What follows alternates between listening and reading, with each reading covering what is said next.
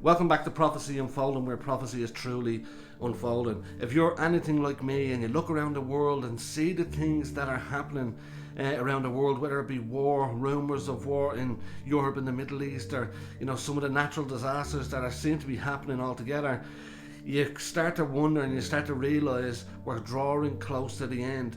And for me, I believe that the rapture could happen at any given moment. The thing that we need to understand is Jesus gave some serious and strategic warnings on what we as believers should be doing in this period of time. And today I'm going to share 3 major points that you need to have a grasp on and an understanding as we start to walk into this season, which I believe is going to be the final season and the drawing and the conclusion of all prophecy. I believe we're coming very, very close to that. What I'd ask you to do is to watch it in full to get the full context of this, but smash the like button to get this out to as many as possible. Remember, as we're coming close to the end, we have to have an understanding of what we should be doing. Let's get into it. But know this, that Jesus is coming soon, and he will right all wrongs. Beloved, stand firm in your faith as you witness prophecy unfolding. As I was reflecting on this today and seeing the past couple of videos talked about the timeline of prophecy or the rapture, not that you get lashback, but you get people with a variety of opinions, strong opinions, some very, very strong, but it made me realise what we need to be doing as believers in terms of right now in this time period that we're living in, as we see the things unfold and how we should be living. But I really got a sense of 3 major things that we as believers in this time period should be doing, and this goes for everyone on both sides of a debate, whether it be on the rapture, etc.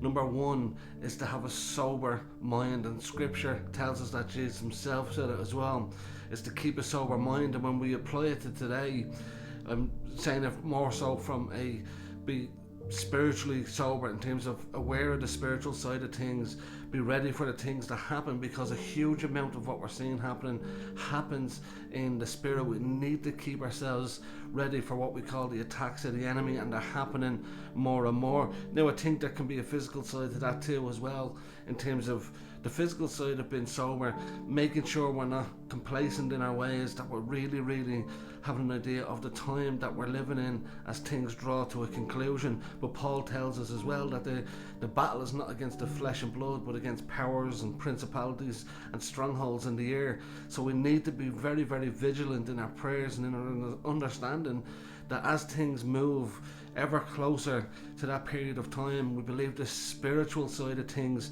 increase with intensity and frequency as well. And we can see that in terms of what's happening in the world with the whole moral stance in the world, how things just seem to be falling to the side and things are moving at a very, very fast rate. Number 2, and Jesus warned of this, and this is something that we should be doing, is to be watchful. And we need to have a place that we're really seeing the things that are happening in the world. We don't need to know everything, because we'll never see the full picture.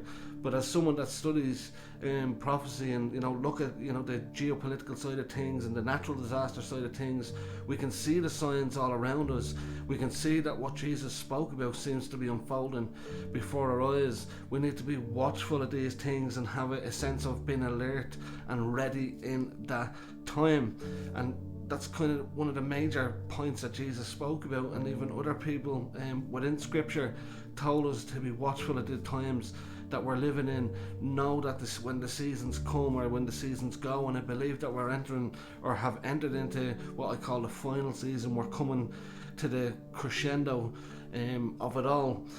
But also the main point here, number 3, would be to be about our Master's business. And when we look at this, Jesus himself said that in Luke, that he'd be about his Master's business. So even though we see that looks like we're coming to the final straw or the final kind of time, we still have a job to do. Our hand is still at the plough. The gospel still needs to be preached. People still need to hear the good news, so that when Jesus does come, whether you believe in a rapture or even at the end of it, as a post-trib, through all that period of time, the gospel has to be preached. But for me, as someone that believes in a pre-tribulation rapture, now more than ever, the gospel needs to reach people's ears, that no matter the place that they're in, the loneliness that they may be feeling, the depression, the anxiety, the addictions, that Jesus can break all those chains and you can live free in him. And this is what we need to be doing. We need to be sober-minded, watchful, and being about our Master's business. The three key things as believers that we should be walking in this period of time. I did kind of want to go deeper into this, but I said I'd keep it short today because I thought it was important, because I've had many people reach out and people have many different views, and I'm not going to get into them arguments. But the main thing for us all, that I can say for all believers, is the gospel has to reach people. We need to be sharing as much as possible. I'll finish on this. Even though we see the chaos that's happening in the world, remember this: God's always in control, and keep the faith.